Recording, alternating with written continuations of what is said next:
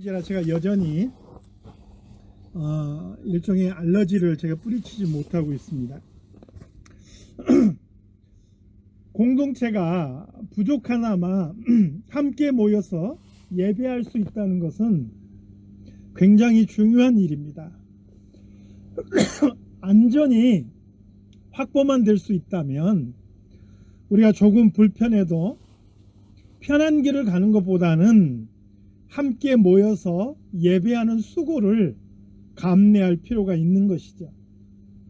히브리서 10장 25절 말씀에 보니까 모이기를 피하는 어떤 사람들의 습관과 같이 하지 말고 오직 권하여 그날이 가까움을 볼수록 더욱 그리하자, 이렇게 말씀합니다. 그날이 가깝다는 것은 예수님께서 가까이 오셨다라는 얘기죠. 예수님의 재림이 가까이 올수록 더욱 그리하자는 거예요. 이것을 뒤집어서 이야기하면 예수님 오실 때가 가까워질수록 많은 사람들이 모이기를 패하고 그리고 함께 모여 예배하는 것을 점점 더 멀리할 때가 온다는 거예요. 그래서 우리는 안전이 확보될 수 있는 한 최선을 다해서 함께 모이고 또 함께 하나님 앞에 예배하는 것이 너무나 중요하다는 거죠. 어려운 상황 속에서 사회에 해를 끼치지 않는 방법이 있다면 이렇게라도 모여서 예배하는 것이 너무나 중요한 거예요. 그런 의미에서 오늘 이 자리에 참여하신 여러분 모두에게 정말 하나님께서 주신 은혜와 평강이, 그리고 이 시간에 우리에게 채워주시는 성령의 충만함이 함께 하시기를 다시 한번 주님의 이름으로 축원합니다. 지금 전 세계가 이 코로나19로 인해서 굉장히 어려움을 겪고 있습니다. 그리고 한편에서 이 상황은 우리가 생각하는 것 이상으로 오래 갈 수가 있습니다. 날마다 들려오는 소식은 우리를 두렵게 할 때가 많습니다. 그래서 저도 어지간하면 집 밖을 나가지 않으려고 그렇게 애를 씁니다. 특별히 상황이 심각한 지역에서는 바이러스에 감염되었을 때 제대로 치료받지 못하고 방치되다가 죽는 상황, 이걸 굉장히 두려워한다 그래요. 특별히 이탈리아 같은 곳에서는 제한된 의료 시설로 수많은 환자들을 감당할 수 없으니까 결국은 누구를 살리고 누구를 버려야 되는가 선택할 수밖에 없는 그런 상황으로 몰리고 있는 것이죠. 이런 상황으로 몰릴 것을 많은 사람들이 두려워하는 것이죠. 집 밖으로 나가는 것 자체가 무섭고 두려운 일이 된 것입니다. 시대와 상황은 다르지만 비슷한 두려움에 빠져 있었던 사람들이 있습니다. 바로 예수님의 제자들이죠. 그들은 예수님께서 예루살렘에 올라가시기만 하면 유대인의 왕이 될 줄 알았어요. 그래서 예루살렘에 가는 길에서도 그들은 우리 중에 누가 더 큰 사람인가, 이것을 놓고 서로 싸우는 것을 보게 되죠. 누가 더 예수님 가까이 서서 누가 큰 영광을 얻을 것인가, 이게 제자들의 관심사였던 거죠. 그러나 뜻밖에도 예수님은 군병들에게 잡히셨고 십자가라는 극형으로 죽으신 것입니다. 예수님께서 잡히시던 밤에 제자들은 뿔뿔이 다 흩어지고 맙니다. 그리고 십자가에서 예수님께서 죽으신 소식을 들었을 것입니다. 예수님께서 장사 지내시던 바로 그 순간 그 자리에 제자들은 한 사람도 없었습니다. 아마도 두려움이 그들의 발을 붙잡았겠죠. 오늘 본문에도 보니까 제자들이 안식 후 첫날 저녁 때에 모여서 문들을 다 닫고 있었다고 말씀합니다. 그 이유는 그들이 유대인들을 두려워해서입니다. 좀 더 직설적으로 말하면 그들도 유대인들에게 잡혀서 예수님처럼 죽게 될 것을 두려워한 것입니다. 죽음에 대한 두려움 때문에 집 밖에 나가지 못하고 집 안에 숨어 있는 제자들의 모습을 보게 되는 것이죠. 사랑하는 성도 여러분, 성경은 이 두려움의 근원에 대해서 죄의 결과다 이렇게 우리에게 소개합니다. 처음에 아담이 죄를 지었을 때도 동산에 거니시는 하나님의 소리를 듣고 두려워해서 숨었다 이렇게 말씀하죠. 죄를 지으니까 그 마음속에 두려움이 생기는 거예요. 하나님 앞에 나서지 못하는 것이죠. 우리를 둘러싸고 있는 환경에 대한 두려움도 마찬가지입니다. 베드로가 바다 위를 걷다가 바람과 물결을 보고 두려워하다가 빠져들게 됩니다. 왜 그가 두려움에 사로잡혔습니까? 주님을 온전하게 끝까지 신뢰하지 못하고 자신을 둘러싼 상황, 그 환경을 먼저 바라본 거예요. 바람을 바라보고 물결을 바라보니까 그 바람과 물결에 빠져 들어가게 된 것이죠.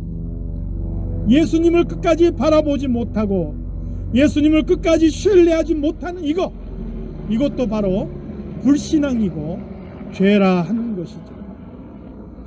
제자들은 예수님께서 잡히시던 밤에 뿔뿔이 흩어져서 도망갔습니다. 그들에게 들려온 소식은 예수님께서 십자가에서 처형되었다는 소식이죠.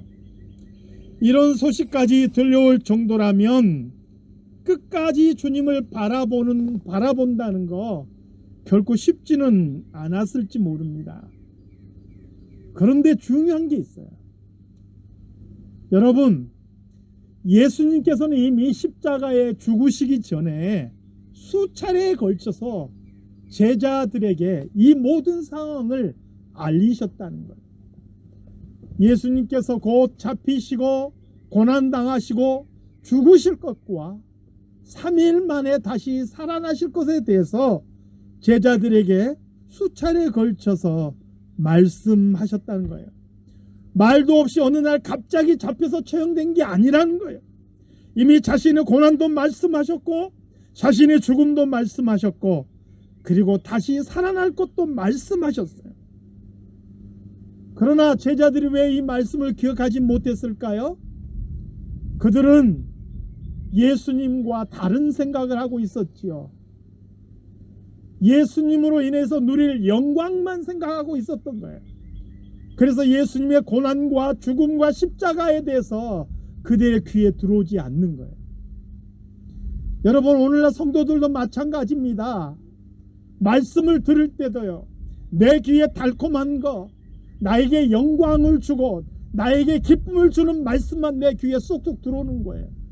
고난과 십자가와 그리고 예수님과 함께 거닐 때 우리가 치루해야 될 대가에 대해서는 우리가 기억이 나지 않아요. 아니, 왜 써서 외면하면서 그렇게 살아가는 경향이 많이 있다 하는 것이죠.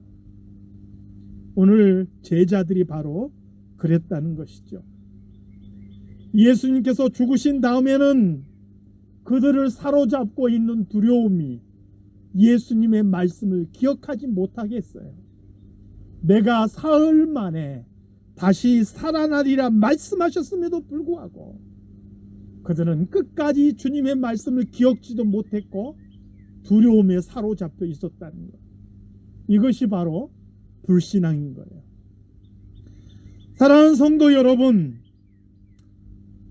그럼에도 불구하고 놀라운 것은요, 우리 제자들을요, 부활하신 주님께서는 기꺼이 찾아오셨다는 것. 문을 꼭 닫고 있었음에도 불구하고 그들 가운데 주님께서는 호련히 나타나십니다.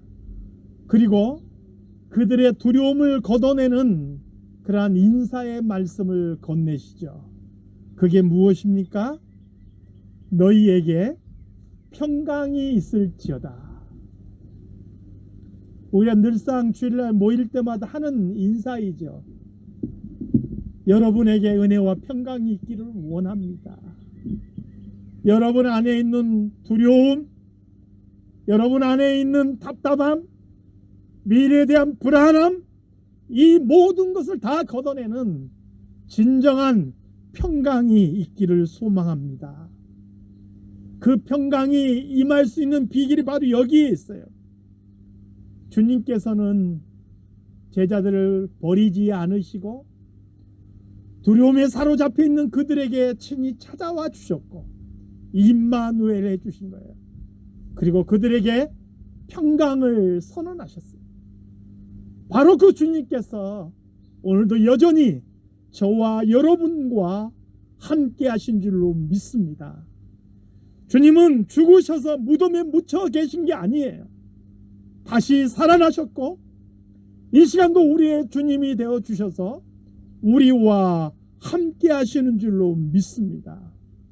그래서 주님께서 우리와 함께 하시는 날, 주님께서 우리와 함께 하시는 한, 그리고 우리가 그것을 믿고 그 주님을 끝까지 바라보는 한, 우리는 우리를 둘러싸고 있는 어떤 환경 속에서도 주님으로 인한 평강을 누리게 될 줄로 믿습니다. 사랑하는 성도 여러분, 우리를 둘러싸고 있는 질병과 우리를 불안하게 하는 이 미래에 초점을 맞추지 않고 부활하셔서 여전히 우리와 함께 하시는 그 주님을 향하여 우리의 초점을 맞추시기를 주님의 이름으로 간절히 축원합니다.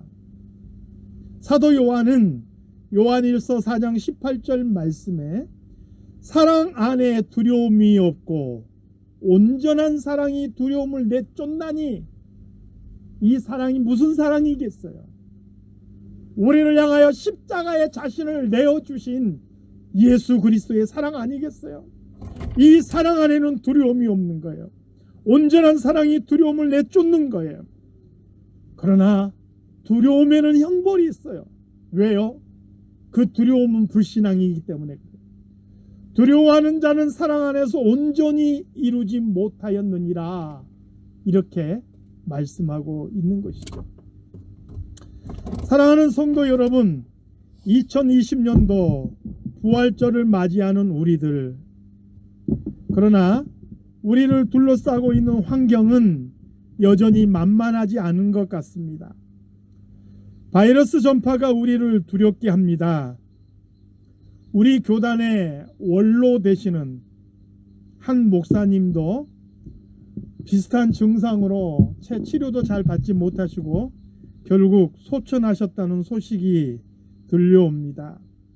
내 직장과 일터, 또 내가 경영하는 가게에 대한 걱정도 있습니다.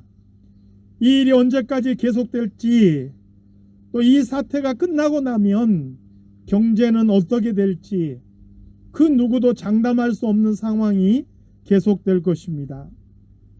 이런 환경들과 상황들이 우리를 두렵게 할 수 있습니다. 그러나 성도 여러분, 인간이 맞이할 수 있는 가장 크고도 가장 거대한 절망, 바로 그 죽음의 권세를 이기시고 다시 살아나신 예수님께서 제자들에게 처음 주셨던 메시지, 바로 그것을 우리는 기억해야 될 필요가 있는 거예요. 너희에게 평강이 있을지어다. 우리 한 목소리를 한번 크게 따라서 해보실까요? 시작. 너희에게 평강이 있을지어다. 상황과 환경이 어떻게 흘러간다고 할지라도 주님께서 우리와 함께 하신다는 믿음을 잃지 않는다면 주님이 선언하신 이 평강이 오늘 저와 여러분에게, 그리고 코로나로 인하여서 고통받고 있는 이 땅 위에, 그리고 세계 곳곳에 함께 할 것을 믿습니다. 이 믿음 가지고 끝까지 승리하시는 저와 여러분이 다 되시기를 주님의 이름으로 축원합니다. 기도하겠습니다. 하나님 아버지, 은혜와 사랑을 감사드립니다. 오늘 이렇게 부활주의를 맞이하여서 우리가 열악한 환경이지만 온 성도들이 한 마음으로 모였습니다. 감사를 드립니다. 하나님, 임마누엘 하여 주시어서 우리 성도들이 어디로 가든지 무엇을 하든지 진정한 평강을 누리게 하시고 저들의 발걸음이 형통할 수 있도록 주님 도와주시옵소서. 하나님 아버지, 고통받는 이 땅을 기억하여 주시옵소서. 세계 곳곳에 부르짖는 많은 사람들을 기억하여 주시옵소서. 이 고난과 시련의 시간들이 속히 지나가게 하시고 상처받는 수많은 사람들의 마음속에 위로와 평강으로 함께하여 주시옵소서. 거룩하신 예수 그리스도 이름으로 기도드리옵나이다. 아멘.